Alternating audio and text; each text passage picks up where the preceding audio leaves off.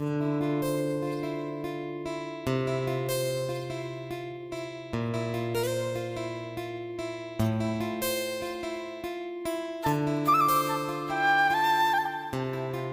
মতো আবার একটা নতুন সকাল, আবার একটা নতুন যুদ্ধ, আবার একটা নতুন যুদ্ধ জয়ের গল্প। এটা কিন্তু আমাদের প্রত্যেকের জীবনে ঘটে।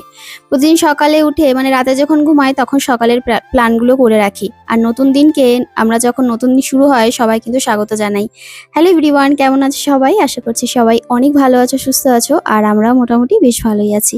তো দেখো সকালবেলা মেয়েকে স্কুলে দিয়ে এসে আমি কিন্তু চেঞ্জ আর করিনি, কারণ সকালবেলা উঠেই ওই দাঁত মুখ মেজে ফ্রেশ হয়ে তারপরে মেয়েকে রেডি করিয়ে ওকে স্কুলে দিয়ে টিফিন রেডি করে স্কুলে দিয়ে এসে তারপরে কাজকর্ম লেগে পড়ি। আর ইচ্ছা মানে তখন আর সময় হয় না যে চেঞ্জ করব, কারণ তাড়া থাকে। ঘরের কাজকর্মগুলো করে তারপরে বরকে উঠাবো, বরকে উঠিয়ে আবার মেয়েকে আনতে যাওয়া, আবার এদিকে ঘরের কাজকর্ম, আবার এদিকে রান্না বান্না। সারাদিন যে কিভাবে কাটে সেটা শুধুমাত্র আমিই জানি। এত ব্যস্ততার মধ্যে কাটে, তার মধ্যে আবার ভিডিও শ্যুট রয়েছে। বিকেল বা সন্ধ্যার পুরো টাইমটা আমাকে রাখতে হয় ভিডিওর জন্য, তারপরে রাতের সময়টা রাখতে হয় আমাকে এডিটের জন্য। তার মধ্যে যদি থেকে যায় আবার রাতের রান্না, তাহলে তো সোনায় সোহাগা, তাই না?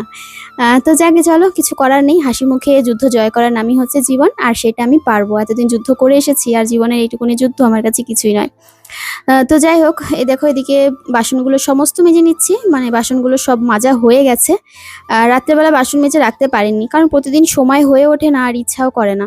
তো এদিকে বাসনগুলো সমস্ত মেজে তারপরে গ্যাস ট্যাস সব মুছে নিচ্ছি, মুছে নিয়ে তারপরে বরকে উঠিয়ে দেবো ঘরের কাজকর্ম করে।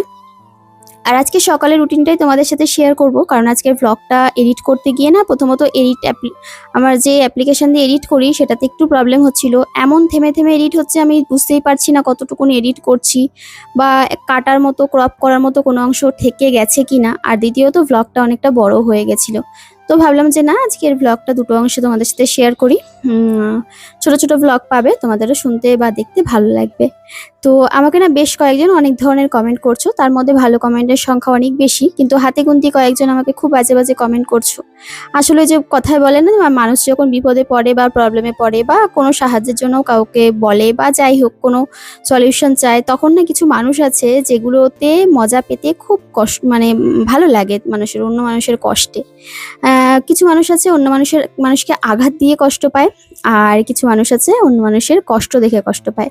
তো এই দুটোর উদাহরণ একই রকমই হলো, এটা আলাদা কিছু। সেই রকমই কয়েকটা কমেন্ট আমাকে অনেকেই করছে যে তুমি এমন ভাব করো, মানে মানে তারা বলতে চাইছে তাদের কমেন্টটায় যে আমার কাছে অনেক টাকা, আমি অনেক বড়লোক, এই ধরনের কমেন্ট। তো আমি শুধু শুকাই, মানে অনেক রকমের অনেক কথা। প্রথমত দেখো, একটা সংসার চালাতে গেলে না অনেকগুলো টাকার প্রয়োজন হয়, আর সেখানে যদি একটা মানুষ অসুস্থ থাকে, তার ওষুধ লাগে, তার মাস গেলে অনেকগুলো টাকার ওষুধ লাগে, সেটা তোমরা জানো, তোমাদের প্রত্যেককেই আমি বলি। কিন্তু তারপরে এই ধরনের কমেন্ট তোমরা করো। আসলে কমেন্টটা আমি গুছিয়ে বলতে পারছি না, কারণ কমেন্টটা খুবই বাজে একটা কমেন্ট ছিল। শুধু একজন নয়, তার পরিপ্রেক্ষিতে অনেকেই, মানে বেশ 3-4 জন এই ধরনের কমেন্ট করেছে দেখলাম। তো প্রথমত আমি তোমাদেরকে বলি যে যদি আমার কাছে অনেক টাকাই থাকতো, তাহলে আমি তোমাদেরকে ভিডিও করে বলতাম না যে আমাকে একটা লো বাজেটের মধ্যে আমাকে একটা জমি খুঁজে দাও 1.5 থেকে 2 কাঠার মধ্যে। আমার কাছে যদি টাকাই থাকতো, হয়তো আমি বাড়ি কিনে নিতাম। বাড়ি কিনে নিতাম, কারণ একটা একতলা বাড়ি 1.5 থেকে 2 কাঠা জায়গার মধ্যে স্টার্টিং হয়তো 15 লাখ 20 লাখের মধ্যে হয়ে যাবে, বা ফ্ল্যাটও হয়ে যায়। তো যদি টাকাই থাকতো হয়তো আমি সেটাই করতাম, কিন্তু টাকা ছিল না বলেই তোমাদের কাছে কিন্তু আমি হেল্পটা চেয়েছিলাম, বা তোমাদের কাছে একটা সাজেশন চেয়েছিলাম। তো সেক্ষেত্রে এই ধরনের কমেন্ট যদি তোমরা আমাকে করো, তাহলে একটা মানুষের, ওই যে বললাম বিপদের সময় যে মানুষ তখন চুপ থাকে, সহ্য করে, কিন্তু উত্তর দেওয়ারও মানুষের সময় আসে। হয়তো কেউ উত্তর দেয়, কেউ নীরবে সহ্য করে যায়, তবে বরাবরই নীরবে সহ্য করতেই ভালোবাসি সবার আঘাত। কিন্তু সব সময় নয়, একটা সময়ের পর সবাই কিন্তু আঘাত পেতে পেতে, বা তুমি যদি একটা মানুষকে নরম মনে করো, সেও কিন্তু একটা সময় মুখ খোলে। তো সেই জায়গা থেকে বলি যে যদি সত্যি টাকা থাকতো, তাহলে হয়তো আমি বাড়ি কিনে অনেক আগেই চলে যেতাম। অনেক আগে বলতে, যেই মুহূর্তে আমি তোমাদেরকে বলেছি এই কথাটা, বা যেই মুহূর্তে আমার মনে হয়েছে যে আমার একটা বাড়ি প্রয়োজন, বা আমার একটা জমি প্রয়োজন, বা আমার কিছু করতে হবে আমার জন্য, সেই মুহূর্তে আমি তোমাদেরকে এই নিয়ে বলতামই না। আমি হয়তো বাড়ি নিয়ে একদম যখন পৌঁছাতাম সেখানে, তখন হয়তো তোমাদেরকে বলতাম যে এটা আমার নতুন বাড়ি, বা এইটাই আমার বাড়ি, যেখানে এবার থেকে আমাদেরকে দেখতে পাবে। তো যাই হোক, মানুষের পরিস্থিতি বা কথাগুলো একটু বোঝার চেষ্টা করবে, তাহলে হয়তো সেগুলো ফিল করতে পারবে। কারণ কার লাইফে কখন কি পরিবর্তন আসে, কি প্রবলেম আসে, সেটা কিন্তু কেউ বলতে পারে না। হ্যাঁ, তবে তার মধ্যে থেকে আমি বেশ কিছু ভালো মানুষ পেয়েছি, যারা আমার এই সময়ে বা আমার মুহূর্তগুলো বা আমার এই পরিস্থিতিটা একটু বোঝার চেষ্টা করেছে, করে তারা আমাকে হেল্প করার চেষ্টা করছে। বহু এরকম দিদিভাইরা আছে যারা আমাকে কল করছে, হোয়াটসঅ্যাপ করছে বা অনেক জায়গার সন্ধান দিচ্ছে। তার মধ্যে আমার চেনা জানা অনেক মানুষ আছে, যেমন অন্তরাদি আছে, তারপরে আরও অনেক মানুষ আছে যারা এই মুহূর্তে আমাকে হেল্প করার চেষ্টা করছে। সবার নাম নিতে পারছি না এই মুহূর্তে, আবার অনেককে আমি চিনিও না, অচেনা মানুষও আমাকে হেল্প করার চেষ্টা করছে। তো ওই যে বললাম, খারাপ মানুষ যেরকম আছে, পৃথিবীতে ভালো মানুষের সংখ্যাও কিন্তু অনেক আছে। তো দেখবে, তুমি যদি কারোর সাথে খারাপ না করো, তো তোমার সাথে ভালোটাই হবে। আর ঈশ্বর ঠিক ভালো মানুষগুলোকেই তোমার কাছে পাঠিয়ে দেবে। আমি বরাবরই সেটা প্রমাণ পাই। যখনই আমি কোনো বিপদে পড়ি, যখনই আমার কোনো কিছু সমস্যার সমাধানের দরকার পড়ে, আমি কিন্তু ঠিক মানুষ রূপে ভগবানগুলোকেই পাই। এর আগেও পেয়েছি বারবার, তার প্রমাণ কিন্তু আমি পাই। তো যাই হোক, দেখো, ফিরি আজকের ব্লগে। প্রচুর কাজ করে নিয়েছি আর অনেকগুলো কথা বলে ফেললাম। আসলে সব সময় যদি কণিকা চুপ করেই থাকে না, তাহলে কণিকাকে মানে যেরকম কিছু মানুষ পিষতে ভালোবাসে, সেটা বাস্তবে হোক বা আমার সোশ্যাল মিডিয়ার লাইফে হোক, তো সেরকম পিষতেই থাকবে তারা যদি চুপ করে থাকি। আর যদি কিছু অন্তত বলি, তাহলে হয়তো সেই মানুষগুলো ভাববে যে না, এই মেয়েটা বোবা নয়, অন্তত কথা বলতে পারে। কিছু না হলেও, পুরোটা না হলেও কিছুটা হলেও সে মানুষকে বুঝিয়ে বা যতটুকুনি প্রতিবাদ করা ততটুকুনি করতে পারে। তো সেইটুকুনি নিজের জন্য যতটুকুনি করা ততটুকুনি করার চেষ্টা করছি। তো আশা করি তোমাদেরকে যারা এই ধরনের কমেন্ট করছো বা বলতে চাইছো বা অন্য কিছু মিন করতে চাইছো, তো তারা আশা করি বুঝতে পেরেছো। তো চলো, এখন এই কাজগুলো করে আমি একটু ফ্রেশ হব। ভাবছি স্নান করে নেব, না বরকে স্নান করিয়ে স্নানটা করবো, বুঝলে?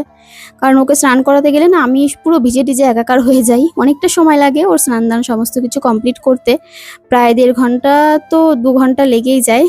তো তারপরে আবার মেয়েকে আনতে যাওয়া। তো এখনই দেখো, পুরো ঘেমে একদম প্যাচপ্যাচে হয়ে গেছি, এত পরিমাণে আমার ঘাম হয়। আর সকালে মেয়েকে স্কুলে দিয়ে এসে আগে বসে থাইরয়েডের ওষুধটা খেয়ে নিই। আমার না সকালে ওই খালি পেটে মানে বাইরে বেরোলেই বাড়িতে এসে এত গলা শুকিয়ে যায়, আর ওষুধ খেতে একটু লেট হয়ে গেলেই না বমি পায়। আর ওষুধ খেয়ে যদি বেশ কিছুক্ষণ খালি পেটে থাকি, তখন আবার এই সমস্যাটা হয়। তো তখন উজ্জ্বল বলে, কণিকা তুমি কিছু একটু খেয়ে নাও, চা খাও বা যাই হোক কিছু খাও। তো খাওয়া তো সেভাবে হয় না, ওই ধরো একটু জলই খেয়ে থাকি। তো এই হচ্ছে ব্যাপার। থাইরয়েডের ওষুধ খেয়ে কিন্তু কিছু না কিছু তোমাকে খেতেই হবে। সঙ্গে সঙ্গে নয়, থাইরয়েডের ওষুধ যখন খাবে তখন আধা ঘন্টা 1 ঘন্টার মধ্যে কিছু খাওয়া যাবে না। আর থাইরয়েডের ওষুধের সাথেও অন্য কোনো ওষুধ খাওয়া যাবে না। তো পুরো একদম খালি পেটে ঘুম থেকে উঠে ওষুধটা খেতে হবে। আর 1-1.5 ঘন্টা পর বা মিনিমাম আধা ঘন্টা পর তোমাকে কিছু খেতে হবে। আর কিছু খেতেই হবে, কারণ খালি পেট রাখা যাবে না, যেটা আমার বরাবর হয়ে যায়। ওই যে বলি, সংসারটাকে বড্ড বেশি ভালোবাসি, বড্ড বেশি আপন করতে চাই। তো যেই কারণে আমার দিকে আমি কোনোদিনও খেয়ালই করিনি। না খেয়ে খেয়ে এত কাজ, এত কিছু সব করে করে আমার আজকে এই অবস্থা। আমার শরীরের মধ্যে এত প্রবলেম, এত রোগ বাসা করেছে, যেগুলো আমি ভাষায়ও প্রকাশ করতে পারি না। তো কি করব বলো, কিছু করার নেই। সবই আমার কপাল, সবই আমার ভাগ্য। হ্যাঁ, আমি বলছি না খারাপ, কিন্তু আমার ভাগ্য। সমস্তটাই ডিপেন্ড করে নিজের ওপর, নিজের কর্মফলের ওপর, নিজের চিন্তাধারার ওপর। তো দেখো, জামা কাপড়গুলো প্রচুর চাদর জমে গেছে একসাথে, যে প্রায় 4-5টা চাদর কেচেছিলাম, সেগুলোকেই সমস্ত গুছিয়ে নিচ্ছি। আর যখন আমি কাচি, মোটামুটি এই 4-5টা চাদরই জমে যায়। তো এতগুলো চাদর এখন ওই ঘরে আলমারিতে আমি রাখতে পারবো না, কারণ বর ঘুমাচ্ছে, আবার আলমারি খুলবো আওয়াজ হবে। তো ওকে ওঠাতে হবে, যদিও সময় হয়ে এসেছে। তাও ভাবলাম যে আরো বেশ কিছুক্ষণ সময় আছে, এখনো জল টল ভরা বাকি আছে, তো এখন আর ওকে ডিস্টার্ব করবো না। একেবারে যখন ওঠাবো তখন গিয়েই ডাকবো। আর এখন ওকে একটু তাড়াতাড়ি উঠিয়ে দিই, কারণ মেয়েকে আনতে যেতে হয়। তো ওই জন্য আমি সকালবেলা আর এসে কোনো এডিটেড বা কোনো কিছু রাখি না। ওকে উঠিয়ে দিয়ে মানে যেরকম টাইমে ওঠাই তার 1 ঘন্টা আগে ওঠাই। ও উঠে যায়, কারণ জানে যে মেয়েকে আনতে যাওয়ার ব্যাপারটা রয়েছে। তো ওই জন্যই আর কি ওকে উঠিয়ে দিয়ে ওকে স্নান দান করিয়ে বসিয়ে, তারপরে আমার যদি হাতে সময় থাকে খানিকক্ষণ কাজ করে স্নান দান করে পুজো দিয়ে নিই। তো দেখো, আজকে বৃহস্পতিবার ছিল, বৃহস্পতিবারের পুজো কমপ্লিট করেছি। আর মেয়েকেও স্কুল থেকে নিয়ে আসা হয়ে গেছে, মানে নিয়ে এসেছি। আর আসার সময় সকালবেলা আসার সময় ফুল নিয়ে এসেছিলাম, তো মালা নিয়ে এসেছিলাম, আজকে মালা পেয়েছি। ওই যে আজকে এই মালাগুলো পেয়েছি। আর সুন্দর আর কি। তবে এই যে ছোট ছোট মালাগুলো দেখতে পাচ্ছ, এই মালাগুলো না আমাকে ছোট ছোট দুটো ছিল এক্সট্রা, তবে খুচরো পয়সা ছিল না বলে মানে উনি আমাকে রিটার্ন দিতে পারছিল না 10 টাকা, তো আমাকে ওরকম দুটো মালা দিয়ে দিয়েছিল। তো আমি বললাম ঠিক আছে চলো, ঠাকুরই তো পাবে, কোনো ব্যাপার নেই। আর ছাদের কিছু ফুল ছিল, সেই ফুলগুলো এনেও আবার ঠাকুর ঘর সাজিয়ে সুন্দর করে পুজো দিয়ে দিয়েছিলাম। তো চলো আজকের ব্লগটা এই পর্যন্তই রাখলাম, সকালের ব্লগটাই শেয়ার করলাম, কেমন লাগলো অবশ্যই জানিও। তবে পুজো দিতে দিতে অনেকটা বেলা কমপ্লিট হয়ে গেছিল, তারপরে তো রান্না বান্না ছিলই।